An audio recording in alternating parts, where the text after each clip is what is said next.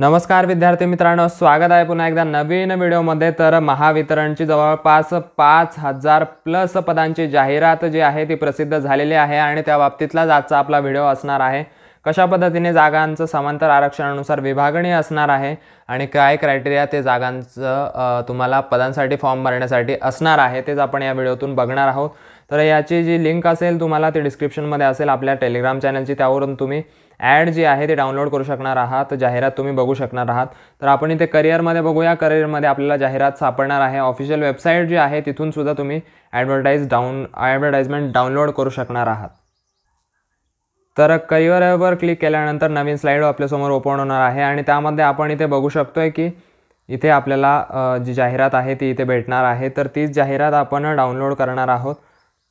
तर बघूया आता ती डाउनलोड झालेली जाहिरात। तर ही आहे आपल्यासमोर डाउनलोड झालेली जाहिरात आणि इथे आपण त्याचा एक अट दिलेली आहे, ती अट बघून घेऊया। महाराष्ट्र राज्य विद्युत वितरण कंपनी मर्यादितच्या कार्यकक्षेत येणाऱ्या कार्यालयातील विद्युत सहाय्यक पदाची वेतनगट 4 मधील विभागस्तरीय सेवा ज्येष्ठतेतील पदे सरळ सेवा भरतीद्वारे 3 वर्षांच्या कंत्राटी कालावधीसाठी भरण्याकरता अर्हता प्राप्त उमेदवारांकडून विहित नमुन्यातील अर्ज ऑनलाईन पद्धतीने मागवण्यात येत आहेत। विद्युत सहाय्यक या पदावरचा 3 वर्षांचा कंत्राटी कालावधी समाधानकारक पूर्ण केल्यानंतर कंपनीच्या नियमांच्या अधीन राहून सदर उमेदवारांना तंत्रज्ञ या नियमित पदावर सामावून घेण्यात येईल। तर जशा पद्धतीने ग्रामसेवकचं पद आहे तर तशाच पद्धतीने हे विद्युत सहाय्यक नावाचं पद आहे, जिथे तुम्हाला सुरुवातीला 3 वर्षांसाठी कंत्राटी पद्धतीने राहावं लागतं, त्यानंतर तुम्हाला नियमित पदावर सामावून घेण्यात येतं। तर तंत्रज्ञ या पदावर तुम्हाला नंतर सामावून घेण्यात येईल 3 वर्षांचा तुम्ही समाधानकारकरित्या कालावधी पूर्ण केल्यानंतर। तर आपण आता पदे बघूयात। तर एकूण पदे जे आहेत ती असणार आहेत 5347। म्हणजे आपण आतापर्यंत ॲड बघितल्या बऱ्याच, तर त्यातील एका पदासाठी असलेला सर्वात मोठा आकडा हा असू शकतो, एका पदासाठी, कारण एकच पद आहे आपण बघितलं विद्युत सहाय्यकचं, तर त्या पदासाठीच 5347 एवढी मोठी जाहिरात आलेली आहे। आणि त्यामध्ये आपण आता प्रवर्गनिहाय हे बघूया जागा किती आहेत। तर खुला प्रवर्गाला ओपनसाठी 2081 जागा असणार आहेत, फार मोठ्या प्रमाणात जागा आहेत ओपनसाठी सुद्धा। त्यानंतर EW साठी 500 जागा, त्यानंतर OBC साठी सुद्धा 895, जवळपास 900 जागा OBC साठी असणार आहेत। OBC कॅटेगरीच्या उमेदवारांना सुद्धा चांगला चान्स आहे। त्यानंतर ACBCच्या कॅन्डिडेटसाठी 108 जागा असणार आहे। त्यानंतर विजय गट ड साठी 108, विजय गट क साठी 196, विजय गट ब साठी 145, विजय गट अ साठी 150 जागा। त्यानंतर ST साठी 491, म्हणजे जवळपास 500 जागा। त्यानंतर SC साठी 673, तर एवढ्या जागा असणार आहेत। प्रत्येक कॅटेगरीला खूप मोठ्या प्रमाणात जागा आलेल्या आहेत आणि ओपनला तर 2081 जागा आहेतच, त्यामुळे 2081 प्लस आपल्या कॅटेगरीतील म्हणजे एवढ्या जागा प्रत्येक कॅटेगरीला मिळणार आहेत। त्यामुळे फार मोठी संधी ही असणार आहे। ज्यांचा तो डिप्लोमा वगैरे झालेला असेल त्याची आपण शैक्षणिक अर्हतासुद्धा बघून घेऊया। तर शैक्षणिक अर्हता काय दिलेली आहे की तुम्ही माध्यमिक शालांत परीक्षा 10वी+2 बंधामधील माध्यमिक शालांत परीक्षा उत्तीर्ण असणे गरजेचं आहे किंवा तत्सम परीक्षा उत्तीर्ण असणं गरजेचं आहे। आणि त्यानंतर तुमचा ITIचा जो औद्योगिक प्रशिक्षण संस्थेतील व्यवसाय अभ्यासक्रम जो असेल तो तुमचा इलेक्ट्रिकल सेक्टरमध्ये कंप्लीट झालेला पाहिजे, किंवा मग महाराष्ट्र राज्य व्यवसाय परीक्षा मंडळ यांनी प्रमाणित केलेला 2 वर्षांचा जो पदविका आहे वीजतंत्री किंवा तारतंत्री यांचा अभ्यासक्रम तुमचा पूर्ण झालेला असावा, तर तुम्ही फॉर्म भरण्यासाठी इलिजिबल असणार आहात। तर ज्यांचा हा अभ्यासक्रम पूर्ण झालेला असेल तर त्यांच्यासाठी फार मोठी संधी आहे आणि कॉम्पिटिशनसुद्धा कमी असणार आहे, कारण जे नॉर्मल कॅन्डिडेट आहे ते फॉर्म भरू शकणार नाही आहेत, त्यामुळे कॉम्पिटिशनसुद्धा कमी असणार आहे। ते फॉर्म आल्यानंतर आपल्याला कळेलच, अर्ज एकूण किती आलेत त्यानुसार कळणारच आहे। तर फार मोठा चान्स आहे, संधी सोडायची नाही आहे कोणीच। जे फॉर्म भरू शकणार असतील त्यांनी नक्कीच फॉर्म भरायचे आहेत।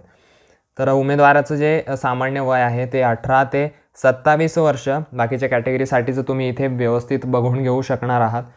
आणि ही ॲड जी आहे ती आपल्या टेलिग्राम चॅनलला उपलब्ध असणार आहे। मानधन किती असेल तुम्हाला, पहिले 3 वर्ष तुम्ही कंत्राटी बेसिसवर असणार आहात तर तुम्हाला मानधन असणार आहे।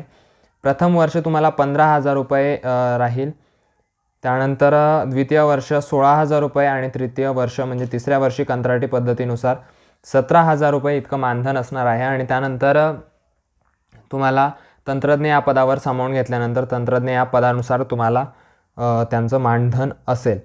हे इथं आपण बघू शकतो, ती अट इथे दिलेली आहे. विद्युत सहाय्यक पदाचा 3 वर्षांचा कंत्राटी कालावधी समाधानकारक पूर्ण केल्यानंतर सदर उमेदवारांना तंत्रज्ञ या नियमित पदावर सामावून घेण्यात येईल. आणि त्यांचं जो ग्रेड पे वगैरे वेतन श्रेणी जी असणार आहे ती 25,880 आपण इथे बघू शकतो आहे.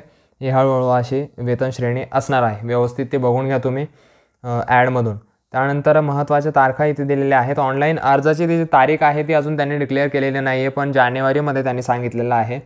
जानेवारीमध्ये ती तारीख जी आहे ती वेबसाईटला प्रसिद्ध करण्यात येईल. आणि वेबसाईटवरून तुम्ही त्या लिंकवर जाऊन तिथे अर्ज भरू शकणार आहात. तर तीसुद्धा तुम्हाला कळवल्या जाईल आपल्या व्हिडिओच्या माध्यमातून. त्यामुळे चॅनलला सबस्क्राईब करायला देखील विसरू नका.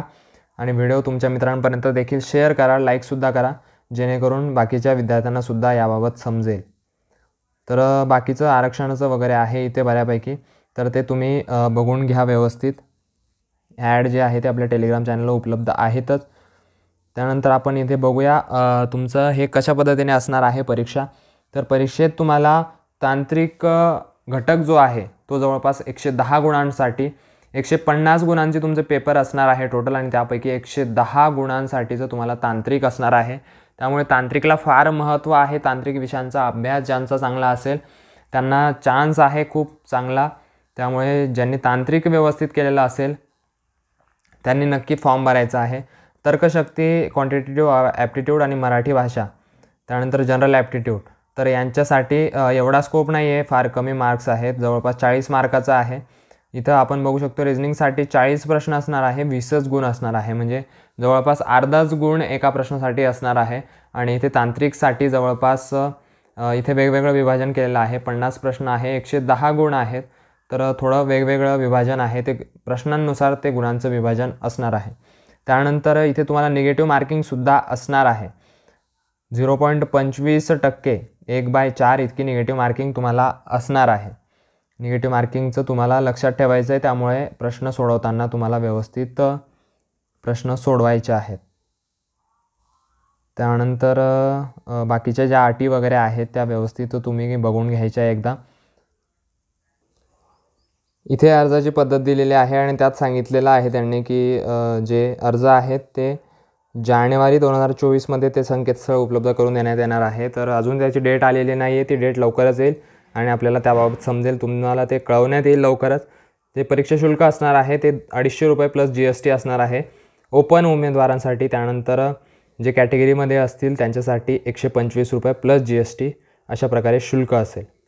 तर शुल्कसुद्धा कमी आहे, त्यामुळे फॉर्म भरायला कोणतीही अडचण नाही आहे. बाकीचे आपण परीक्षांचे शुल्क बघितले तर 1000 रुपये आणि 900 रुपये एवढे शुल्क आहेत.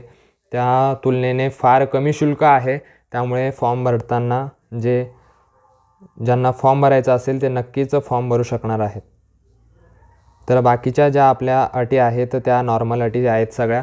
तर जी आपल्या टेलिग्राम चॅनलची लिंक आहे, तुम्हाला ॲडव्हर्टाइजमेंट पाहिजे असेल, जाहिरात पाहिजे असेल, त्याची PDF तुम्हाला टेलिग्राम चॅनलवर भेटून जाईल. आणि टेलिग्राम चॅनलची लिंक जी आहे ती डिस्क्रिप्शनमध्ये दिलेली आहे. डिस्क्रिप्शनमध्ये जाऊन तुम्ही टेलिग्राम चॅनलला फॉलो देखील करू शकता. व्हिडिओ नाही आला तरी ज्या नियमित अपडेट असतात त्या आपल्या टेलिग्राम चॅनलला येत असतात. आणि करंट अफेअर वगैरेसाठी व्हॉट्सअप चॅनल देखील आहे, त्यामुळे तिथे जाऊन तुम्ही व्हॉट्सअप चॅनलला देखील फॉलो करू शकणार आहात. तर चला भेटूया पुढच्याच अशा नवीन इन्फॉर्मेटिव्ह व्हिडिओमध्ये. तोपर्यंत काळजी घ्या. All the best.